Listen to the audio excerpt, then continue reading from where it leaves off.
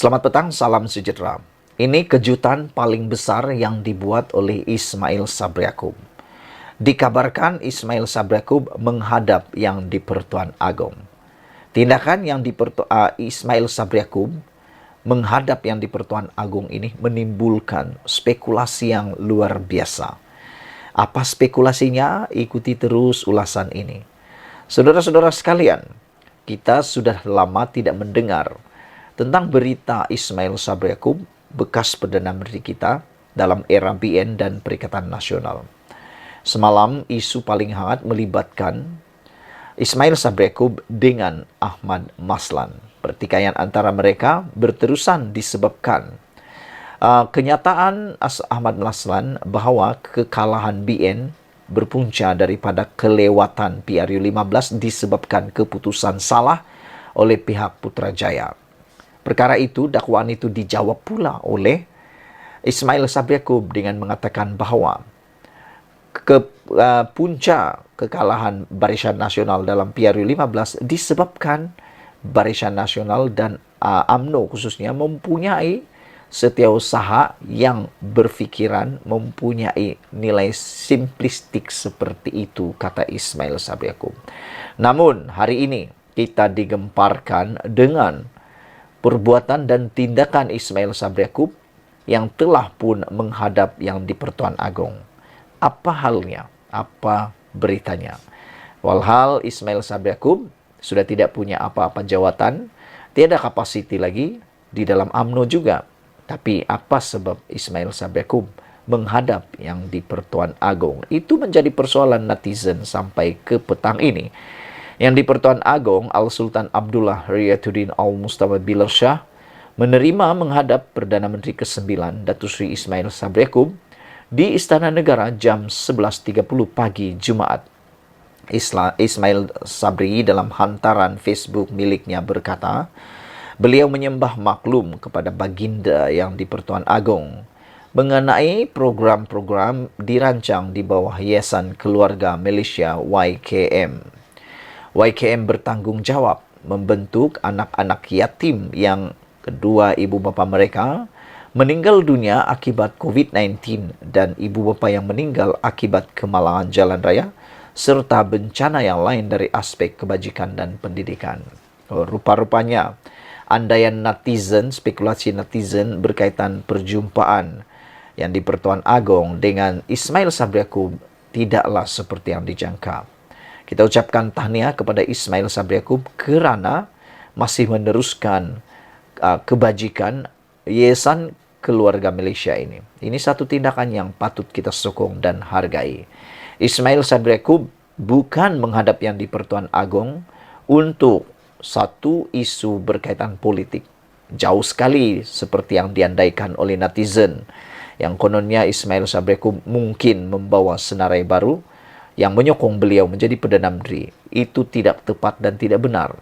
Kerana rupa-rupanya Ismail Sabri Yaakob berjumpa Ketua Duli Yang Maha Mulia di Pertuan Agong berkaitan dengan Yayasan Keluarga Malaysia. Yang mana yayasan ini bertanggung jawab membantu anak-anak yatim yang kedua ibu bapa mereka meninggal dunia akibat COVID-19 dan ibu bapa yang meninggal dunia akibat kemalangan jalan raya serta bencana yang lain dari aspek kebajikan dan pendidikan. Walau bagaimanapun, ada persoalan-persoalan daripada netizen yang menulis, perlukah Ismail Sabri Yaakob menjadi Perdana Menteri semula?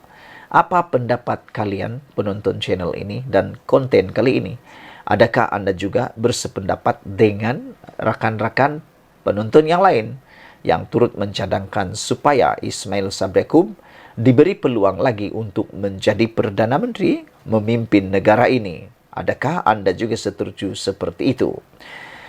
Menurut Ismail Sabri Yaakob, patut menjunjung kasih di atas kesudian ke bawah Duli Yang Maha Mulia yang di-Pertuan Agong untuk mencemar Duli berangkat ke program YKM khususnya untuk bersama anak-anak yatim dalam waktu terdekat. Patut juga menjunjung kasih atas perkenan ke bawah Duli Yang Maha Mulia tuanku menerima Patik menghadap dan atas keprihatinan tuanku untuk membantu anak-anak yatim, kata beliau.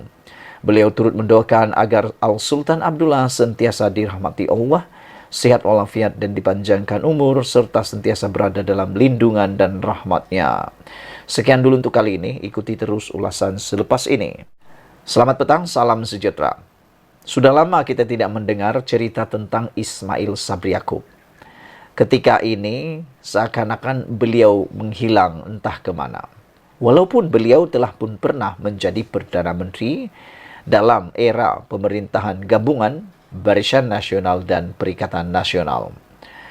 Dalam tajuk yang baru saya baca sebentar tadi, salah satu perkara yang menarik perhatian kita ialah Ismail Sabri Yaakob mempertahankan keputusan beliau membuat keputusan untuk melaksanakan pilihan raya ke-15 mengikut acuan beliau. Saudara-saudara sekalian, beliau kata pandangan simplistik seperti Ahmad Maslan, punca BN kala. Pendedahan daripada Ismail Sabri Yaakob ini memang menarik kerana menjawab apa yang dinyatakan oleh Ahmad Maslan yang mengatakan bahawa kelemahan dan punca antara punca kekalahan UMNO ialah kerana tarik dan pelaksanaan parlimen, bubar parlimen dan pilihan raya umum. Namun demikian, Ismail Sabri Yaakob akhirnya tampil mempertahankan diri dengan menyatakan pandangan simplistik seperti Ahmad Maslan, punca Barisan Nasional kalah. Menjawab kritikan Ahmad Maslan, bekas Perdana Menteri Ismail Sabri Yaakob berkata, kekalahan Barisan Nasional pada pilihan raya umum lalu disebabkan UMNO membuat andaian mengenai sokongan kepada parti itu tanpa berasaskan kajian komprehensif dan fakta. Ismail yang juga bekas naib Presiden UMNO mempersoalkan unjuran UMNO ketika itu bahawa BN boleh menang melebihi 112 kerusi. Hakikatnya, pandangan yang simplistik tanpa fakta dan statistik oleh bekas Setiausaha Agung UMNO Ahmad Maslan seperti inilah yang menyebabkan Barisan Nasional kalah dalam PRU 15. Unjuran UMNO pada ketika itu, BN boleh melepasi 112 kerusi dan boleh membentuk kerajaan secara solo. Soalnya, apakah ada kajian sikap secara komprehensif telah dilakukan sebelum membuat unjuran tersebut? Kerana akhirnya Barisan Nasional hanya tinggal 30 kerusi di Dewan Rakyat. Namun kerana yakin menang tanpa fakta, akhirnya Barisan Nasional kecundang dalam PRU 15, kata Ismail Sabri Yaakob dalam satu kenyataan. Semalam Ahmad Maslan yang juga ahli Majlis Kejahatan Tinggi MKT berkata, masa yang tepat adalah faktor yang penting dalam politik bagi membolehkan parti itu mencapai kemenangan dalam pilihan raya. Ahmad Maslan mengatakan beliau memberi bayangan nasib UMNO mungkin tidak seteruk sekarang jika pihak Putrajaya patuh kepada kehendak parti supaya PRU diadakan tidak lama selepas pilihan raya negeri di Melaka serta Johor diadakan.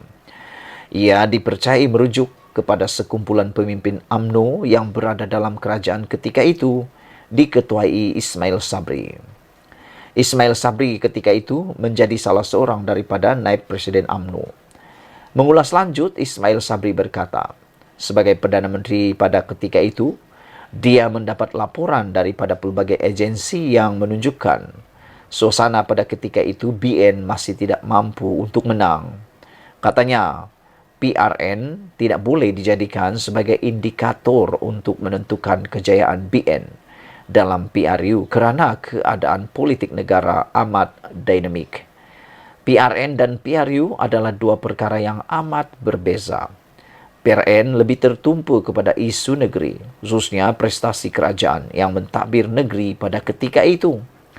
PRU melibatkan isu nasional, apatah lagi persepsi terhadap BN secara keseluruhannya masih tidak baik pada ketika itu, kata Ismail Sabri Yaakob.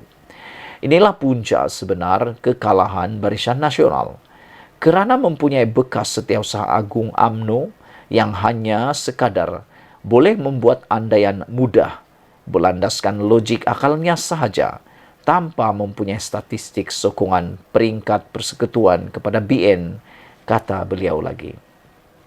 Pendarahan seperti ini pastinya membuatkan BN makin terluka.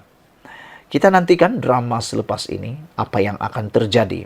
Adakah dengan perkara-perkara seperti ini akhirnya akan membuatkan Ismail Sabri Yaakob diberikan tindakan tata tertib, atau dengan sendirinya Ismail Sabri Yaakob akan meninggalkan UMNO karena telah pun diserang buat kali sekian kalinya lagi.